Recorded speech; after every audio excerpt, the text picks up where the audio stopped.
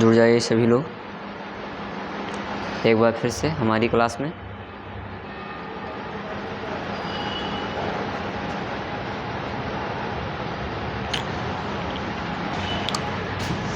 Hello everyone, मैं रितेश तिवारी एक बार फिर से आप सभी लोगों का आपके अपने यूट्यूब चैनल SPRG शिक्षण संस्थान के इस प्लेटफॉर्म पर हार्दिक स्वागत व अभिनंदन करता हूं। और आज हम आप सभी लोगों के लिए लेकर आए हैं क्लास 9th की बायोलॉजी, जिसमें हम क्या पढ़ेंगे, जो कि सबसे इम्पोर्टेंट होता है सेल यानी कोशिका। हम सब किससे, सभी लोग किससे जीवित हैं? कोशिका से। तो हम सभी लोग जीवधारियों की जो इकाई होती है कोशिका ही होती है। तो कोशिका क्या है? चैप्टर का नाम ही है कोशिका जीवन की मौलिक इकाई। क्लास 9th लेक्चर फर्स्ट है ये, ठीक। पिछली लेक्चर में हमने पढ़ा था क्लास 10th की बायोलॉजी, जो कि जीवों में जनन था। उसमें हमने जीव जनन कैसे करते हैं, लैंगिक जनन अलैंगिक जनन पढ़े थे। उसके बाद में मानव नर जनतंत्र पढ़े थे, मादा जनतंत्र पढ़े थे, और उसके बाद में फिर हम जनन शास्त्र पढ़े थे। और आज क्लास 9th की बायोलॉजी पढ़ने जा रहे हैं। हालांकि उसको हमने ख़त्म कर दिया और लोगों का कहना है कि वीडियो थोड़ा शॉर्ट में आए, मतलब इतना लंबा ना जाए। तो हमें क्या, हम तो बना देंगे भाई। तो खंडों खंडों में पढ़ाएंगे और क्या, लोग बोरियस होने लगते हैं। तो चलिए शुरुआत करते हैं। कोशिका जीवन की मौलिक इकाई। सबसे पहले कोशिका है क्या, ठीक। कोशिका क्या है, कोशिका क्या होती है, किसने खोजा था, किसने अध्ययन किया, कोशिका का अध्ययन कहलाता क्या है, ठीक। तो यही सब चीज़ें हैं, इसको हम पढ़ेंगे। और उसके बाद में फिर दूसरी वीडियो में उसके जो जो पार्ट होते हैं कोशिका के अंदर जो जो रहते हैं उस सभी को पढ़ेंगे, ठीक। तो पहले सबसे पहले शुरुआत करते हैं कोशिका से। और अभी आप चैनल पर नए हो तो सब्सक्राइब ज़रूर करें, ठीक है। शुरुआत करते हैं।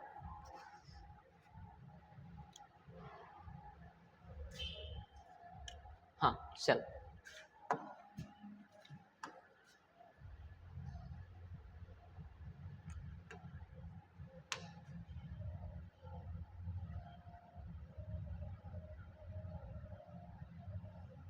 मैंने पहले बताया था कोशिका होती क्या है।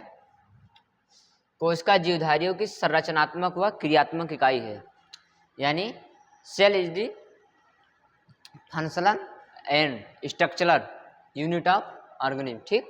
कोशिका जीवधारियों की संरचनात्मक व क्रियात्मक इकाई है। सभी जीव किससे मिलकर बने हुए हैं? कोशिका से। किससे? कोशिका से मिलकर बने हुए हैं। तो क्या होता है, इसका नाम जो सेल है, कोशिका है, इसका नाम इंग्लिश में कोशिका है, लेकिन बायोलॉजिकल नेम इसका क्या होता है? साइटो होता है। और इसका जो अध्ययन हम लोग करते हैं उसे क्या कहते हैं? हम लोग साइटोलॉजी कहते हैं, ठीक। अब इसके खोजकर्ता क्या है? किसने भाई खोजा? खोजा तो किसी ने होगा ही। तो इसके खोजकर्ता कौन है? रॉबर्ट हुक है। इसके खोजकर्ता रॉबर्ट हुक नामक वैज्ञानिक ने इस मतलब सर्वप्रथम कोशिका की खोज की थी। अब ये आगे पता चलता है किस प्रकार की कोशिका की खोज की, वो भी बताते हैं कैसे।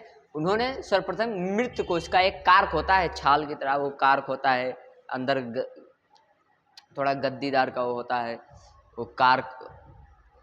तो उसी कार्क में उन्होंने खोजा था, लेकिन वो कार्क कैसा था? मृत कोशिका।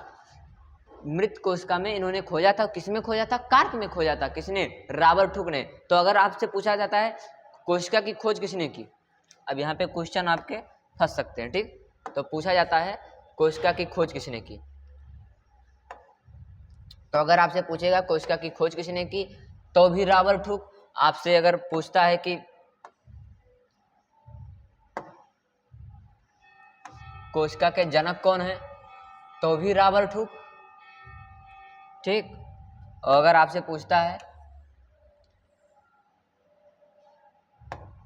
हाँ, जनक पूछे रॉबर्ट हुक, खोजकर्ता पूछे रॉबर्ट हुक, लेकिन जब ये पूछे मृत कोशिका की खोज किसने की, तब भी रॉबर्ट हुक। कार्क में कोशिका की खोज किसने की, तब भी रॉबर्ट हुक। लेकिन जब आपसे पूछा जाएगा जीवित कोशिका के खोजकर्ता कौन है, तो वो कौन है? Antoine Leeuwenhoek. Antoine Leeuwenhoek. इन्होंने क्या किया था? इन्होंने जीवित कोशिका में कोशिका को देखा था, ठीक। और इन्होंने क्या किया था? सर्वप्रथम कोशिका की खोज किसने की? रॉबर्ट हुक ने। किसमें की? कार्क में। मृत कोशिका खोजी या कुछ भी खोजी, लेकिन खोज शुरुआत कोशिका की किसने की? रॉबर्ट हुक ने की। तो श्रेय उन्हीं को जाएगा। इसलिए आपसे अगर इस तरह से क्वेश्चन घुमाए जाते हैं तो आप जनक, खोजकर्ता, मृत कोशिका में, कारक में कोशिका का father of cell Robert Hooke. लेकिन यही पूछेगा फादर ऑफ लिविंग सेल यानी जीवित कोशिका के खोजकर्ता कौन है, तो आप क्या बताएंगे? तब हम बताएंगे एंटोवन लीवेनहॉक। इन्होंने क्या किया था? सर्वप्रथम जीवित कोशिका को खोजा था, देखा था। ठीक, इतनी बात क्लियर में हुई। ठीक, आगे चलते हैं। कोशिका सिद्धांत किसने दिया? दो वैज्ञानिक आए, उन्होंने कोशिका का सिद्धांत प्रतिपादित किया, यानी कोशिका के सिद्धांत पे कार्य करता है, कोशिका का सिद्धांत है क्या, इसका मतलब क्या क्या है, तो उन सभी चीजों का अध्ययन किसने किया? स्लाइडन एवं स्वान ने। किसका अध्ययन किया? मतलब किसका को क्या प्रतिपादित किया? तो उन्होंने क्या प्रतिपादित किया? कोशिका सिद्धांत प्रतिपादित किया। किसने?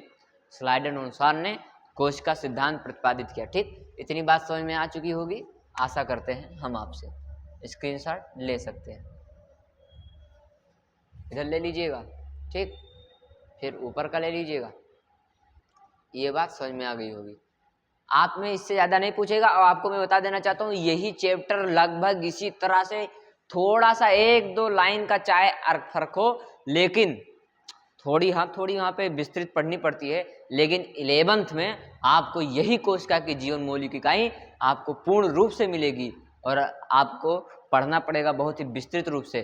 तो अगर आप ये जाने रहेंगे, यही चीज़ें हैं, कुछ दूसरी नहीं है, चीज़ें यही हैं, बस कहीं 2-4 लाइन का चाहे डिफरेंस मिलेगा, क्योंकि मैं 2-4 पॉइंट वहाँ से भी लेकर आया हूँ कि ताकि जो इम्पोर्टेंट है वो आपके दिमाग में हमेशा फिट रहे, यानी आगे आपको कोई भी दिक्कत ना हो। ठीक, ये तो आप 9th 10th 12th तक बड़े आराम से पास हो जाएंगे, लेकिन कंपटीशन में आपको बहुत ज़्यादा दिक्कत होगी अगर आप लापरवाही करेंगे। ठीक, तो ये चीज़ें हैं। हाँ, अब हम आगे बढ़ते हैं। आगे क्या पढ़ेंगे? आगे क्या है? अब भाई ये भी बात है, ये तो कुछ बड़ी बात है। हाँ, दुनिया में सबसे छोटी कोशिका, दुनिया में सबसे छोटी कोशिका कौन है? माइकोप्लाज्मा। इसी को क्या कहते हैं? पीपीएलओ कहते हैं। ठीक, दुनिया में सबसे छोटी कोशिका क्या है? माइकोप्लाज्मा है। माइकोप्लाज्मा दुनिया में सबसे छोटी कोशिका। इसमें क्या होता है? सेल वॉल यानी कोशिका भित्ति इसमें एब्सेंट होती है, कोशिका भित्ति इसमें नहीं होती। किसमें? माइकोप्लाज्मा में। ठीक, इसका साइज क्या होता है? साइज नहीं लिखा है, लिखा देते हैं, अभी लिखा देते हैं। ठीक, हाँ, दुनिया में सबसे बड़ी कोशिका, दुनिया में सबसे बड़ी कोशिका क्या है? शुतुरमुर्ग का अंडा। भाई उससे बड़ा तो कुछ हो नहीं सकता। शुतुरमुर्ग का अंडा, कोशिका की बात करें, हालांकि चीजें तो बहुत बड़ी बड़ी है दुनिया में, लेकिन शुतुरमुर्ग का अंडा। ठीक, ये क्या है? दुनिया में सबसे बड़ी कोशिका। वहीं अब भाई हम दुनिया की तो बातें जान ले, अपने बातें ना जान पाए, मानव होके मानव की बातें ना जाने तो क्या होगा? और लोग पूछते हैं अपने बारे में कि तुम अपने बारे में बताओ, तुम दूसरों के बारे में काहे गाना गा रहे हो, अपने बारे में बताओ क्या कर लिए। तो ये है, हम क्या पढ़ेंगे? मानव में सबसे छोटी कोशिका स्पर्म, शुक्राणु, जो कि नरजन तंत्र में होता है। शुक्राणु वो क्या होता है? सबसे छोटी कोशिका होती है। क्या? स्पर्म। उसके बाद सबसे बड़ी कोशिका, हाँ ये अंडाणु, ओवम। महिलाओं में जो फैलोपियन ट्यूब से जो अंडाशय 2 होते हैं, उसी में से हर एक मंथ में, जो मैंने कल बताया था, एक अंडाणु निषेचित हो, मतलब एक अंडाणु का निर्माण होता है। तो वो क्या होता है? वही अंडाणु है। क्या है? सबसे बड़ी कोशिका। किसमें? मानव में। तो किसमें पाया जाता है? ये फीमेल में पाया जाता है, ये मेल में पाया जाता है। यानी मानव में सबसे छोटी कोशिका, मानव का स्पर्म नरजन तंत्र का स्पर्म होता है, नर का स्पर्म। और अगर मानव में सबसे बड़ी कोशिका तो फीमेल का क्या होता है? ओवम होता है। ठीक, अब मानव में सबसे लंबी क्या है? न्यूरॉन, जो दिमाग में पाई जाती है, न्यूरॉन। ठीक, तो क्या होता है? अब कहीं पूछ ले, लाल किला बहुत बड़ा है और कुतुब मीनार बहुत लंबा है, तो इसमें अंतर है। बड़ी ये है पर लंबी कौन है? न्यूरॉन। Neuron, neuron. विभाजन रहित कोशिका कौन सी होती है? न्यूरॉन ही होती है, इसमें विभाजन नहीं होता। जैसे है, आपको पुलिस क्यों बोलता है कि आप हेलमेट लगा के चलिए? क्यों? क्योंकि अगर आपके इस पे ब्रेन में चोट लग गई तो बचने के नो चांसेस, क्योंकि यहाँ पे विभाजन नहीं होता। हालांकि 90% विभाजन होता है, ये मैं आपको अभी आगे बताऊंगा, लेकिन विभाजन रहित होता है। जैसे जो आपका कैंसर होता है, तो ब्रेन कैंसर, तो ये इसी से होता है। 10% उसमें विभाजन कहीं हो जाता है, तो वो किससे होता है वो भी अभी आगे बताएंगे, यहाँ पे बताने की कोई जरूरत नहीं है। तो विभाजन रहित कोशिका क्या होती है? न्यूरॉन। इसीलिए आपको रोका जाता है। इस पे चोट लगी, थोड़ी बहुत लगी, धीरे धीरे धीरे धीरे चोट लगी, कहीं कस के चोट लग गई, चले गए भाई, यहाँ से बचने वाले नहीं। अगर यहाँ पे चोट लग गई तो डॉक्टर नहीं बचा पाते हैं, ठीक। सबसे तेज विभाजन किसमें? लीवर में। लीवर में सबसे तेज विभाजन होता है। कट गया, फट गया, मतलब चोट लग गई, कुछ भी हुआ, आप फिर इसको विभाजन करके, मतलब इसकी उपचार करके ठीक हो सकती है। तो सबसे तेज विभाजन लीवर में। विभाजन रहित कोशिका न्यूरॉन में। मानव में सबसे छोटी शुक्राणु, मानव में सबसे बड़ी अंडाणु, और फिर मानव में सबसे लंबी न्यूरॉन, दुनिया में सबसे छोटी माइकोप्लाज्मा, सबसे बड़ी शुतुरमुर्ग का अंडा, ठीक। अब अभी आगे हम आपको बताएंगे माइकोप्लाज्मा का साइज क्या होता है, ठीक, ये सब बताएंगे। अब आगे चलिए। हाँ, ये जो कोशिका हम बताए थे, यहाँ पे आपको 2 पॉइंट बता देते हैं।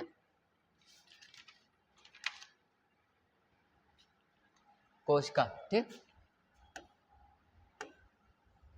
ये कोशिका है, यहाँ पे बता देते हैं। ऐसे जीवधारी, आप में अति लघुत्तरीय में पूछा जा सकता है।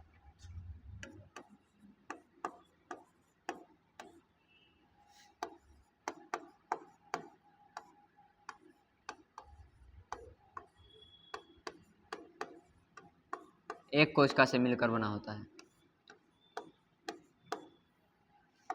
ऐसे जीवधारी जिनका शरीर एक कोशिका से मिलकर बना होता है, उन्हें क्या कहते हैं? एक कोशिकीय जीव कहते हैं। उन्हें क्या कहते हैं? एक कोशिकीय जीव कहते हैं, ठीक। इसमें आपको हमने उदाहरण बताए थे, उदाहरण मैंने आपको बताया था इसका, ठीक। उदाहरण क्या होता है? अमीबा क्या है? एक कोशिकीय जीव है। ये मैंने आपको क्लास 10th वाली में लेक्चर में बताया है, ठीक। ठीक, अब क्या होता है? ऐसे जीवधारी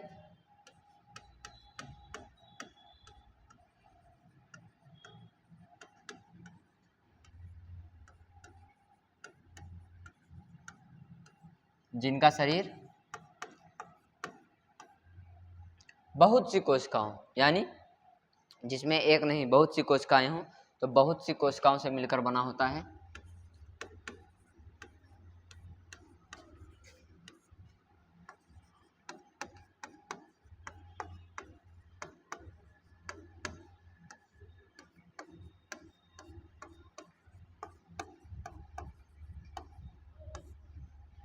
मिलकर बना होता है।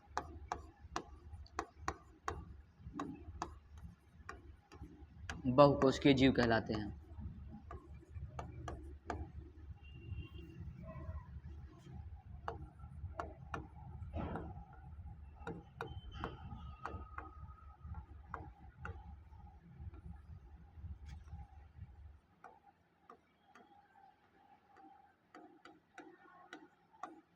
अब बहुकोशिकीय जीव में कौन कौन आ गए? जैसे हम ही लोग हैं, पशु हैं, तो यही सब है। तो ये 2 आपके पूछे जा सकते हैं, और सब अंतर भी पूछे जा सकते हैं। तो ये अंतर उतनी बात है नहीं, लेकिन इसमें उदाहरण तो आप बहुत से, एक कोशिकीय में तो कुछ ही लोग होते हैं, पूरा संसार है बहुकोशिकीय, लगभग लगभग। तो देख लीजिए, ऐसे जीवधारी जिनका शरीर एक कोशिका से मिलकर बना होता है, उसे एक कोशिकीय जीव कहते हैं। एक कोशिकीय लिख दें।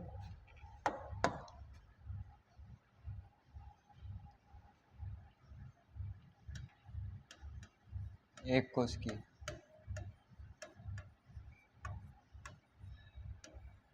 बहुकोशिकीय,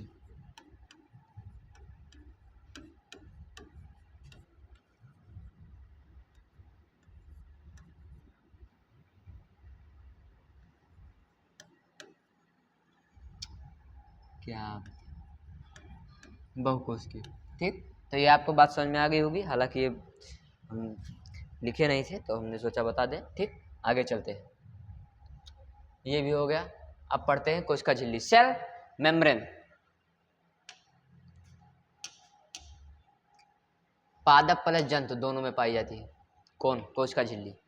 पादप जैसे पेड़ पौधे, जंतु पादप में भी, पादप या जंतु यानी हम लोगों में भी, पेड़ पौधों में भी, पशुओं में भी, सब में कौन पाई जाती है? कोशिका झिल्ली पाई जाती है।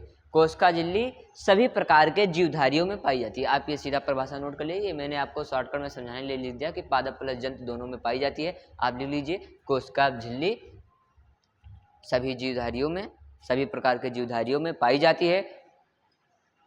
अब होता है ठीक, ये लाइपोप्रोटीन यानी ये प्रोटीन की बनी होती है। कोशिका झिल्ली कैसी होती है,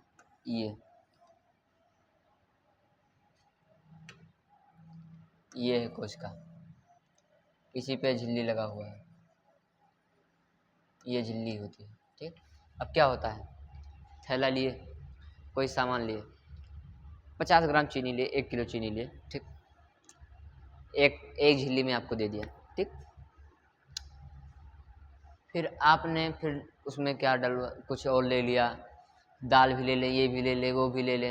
अगर आपने आधा किलो लिया तो हर एक उसको चीनी में तो गबड़ के देगा नहीं, हर एक झिल्ली में देगा, झिल्ली में देगा, प्लस वजन हो जाएगा तो जो बड़ी झिल्ली थी उसको डबल कर देगा। क्यों, तो जब बहुत सी कोशिकाएं हो जाती हैं तो उसमें क्या हो जाता है, डबल झिल्ली पाई जाती है, एक झिल्ली ऊपर से भी हो जाती है जब बहुत सी हो जाएंगी तो ठीक। एकल होता है एक के लिए, तो ऐसे आप समझ लीजिए। और प्लस आप में जो फिगर दिए हुए हैं वहीं से आप पढ़ लीजिएगा तो थोड़ा और सुटेबल रहेगा ठीक। हाँ, तो फिर अब हम पढ़ते हैं कोशिका के। अब ये किसकी बनी होती है, लाइपोप्रोटीन की बनी होती है, यानी प्रोटीन की बनी होती है। लाइपोप्रोटीन या प्रोटीन सब एक है ठीक। कोशिका झिल्ली, कोशिका के सभी अंग इसी झिल्ली में रहते हैं भाई, सभी अंग झिल्ली में ही रहेंगे ठीक। और क्या है, इसको 1950 में 1950 सूक्ष्मदर्शी की सहायता से, इलेक्ट्रॉनिक सूक्ष्मदर्शी ठीक है, इलेक्ट्रॉनिक सूक्ष्मदर्शी की सहायता से मानव की आरबीसी लाल रुधिर, उसी में क्या गया था, देखा गया था किसको, कोशिका झिल्ली को। ये सभी जीवधारियों में पाई जाती है, लाइपोप्रोटीन की बनी होती है, कोशिका के सभी अंग इसी झिल्ली में रहते हैं। इसको 1950 में सूक्ष्मदर्शी की सहायता से मानव की आरबीसी में खोजा गया था, किसको, कोशिका झिल्ली को। अब हम पढ़ते हैं, क्या हमने जो साइज बताने को बोला था किसकी, माइकोप्लाज्मा की ठीक। साइज ऑफ माइकोप्लाज्मा, आकार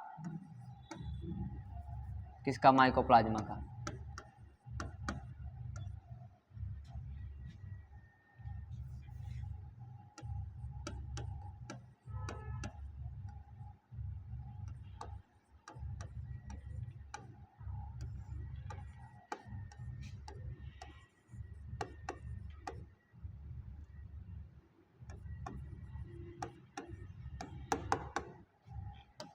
क्या है, ये सबसे छोटी कोशिका है, कौन, माइकोप्लाज्मा। इससे छोटी कोशिका कोई नहीं है। इसका साइज क्या होता है, 0.01 माइक्रोमीटर ठीक। मीटर में भी नहीं होता, किस में होता है, माइक्रोमीटर में होता है।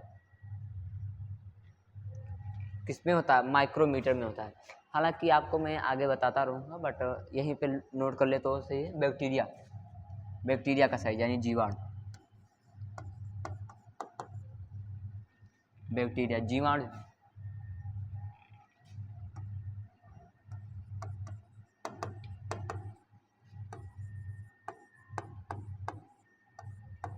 जीवाणु का आकार,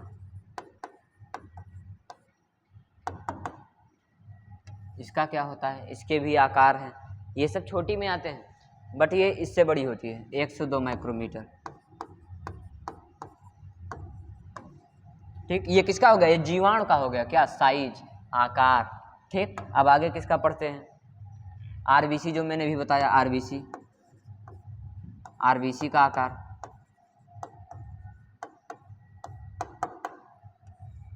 इसका कितना होता है, 7.0 माइक्रोमीटर ठीक। आगे पढ़ते हैं किसका, वायरस का, विषाणु,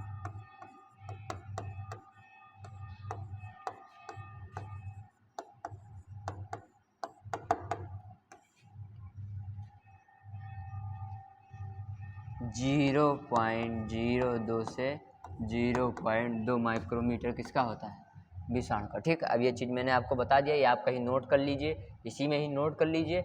बहुत ही इम्पोर्टेंट चीज़ है। माइकोप्लाज्मा का आकार 0.01 माइक्रोमीटर, बैक्टीरिया का 1 से 2 माइक्रोमीटर, आरबीसी का 7.0 माइक्रोमीटर, विषाणु का 0.02 से 0.2 माइक्रोमीटर। ठीक, ये आपका दिया हुआ है। ठीक, तो इसको आप एक बार स्क्रीनशॉट ले लीजिए।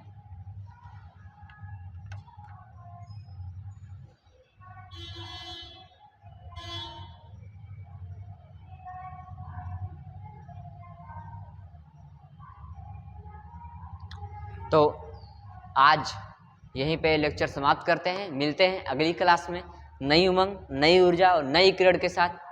आप कोर्स का पूर्ण रूप से ख़त्म करके ही मानेंगे और बहुत ही जल्द ख़त्म होगा और शायद इसी महीने में ख़त्म करेंगे, इसी महीने के हफ्ते में ही ख़त्म कर देंगे। हालांकि वो जो क्लास का समय अंतराल हुआ था, जो सबसे पहले क्लास आई थी उसके बाद में लेट हुआ क्योंकि मेरा भी पेपर था, इसलिए क्लास आने में देरी हुई। तो अब देरी नहीं होगी। अब आपको जितना भी है, जितना मैं पढ़ाने का वादा किया हूँ बायोलॉजी में, उतना आपको पढ़ा के ख़त्म कर दूँगा। तो कैसी लगी वीडियो कमेंट सेक्शन में ज़रूर बताएं। धन्यवाद।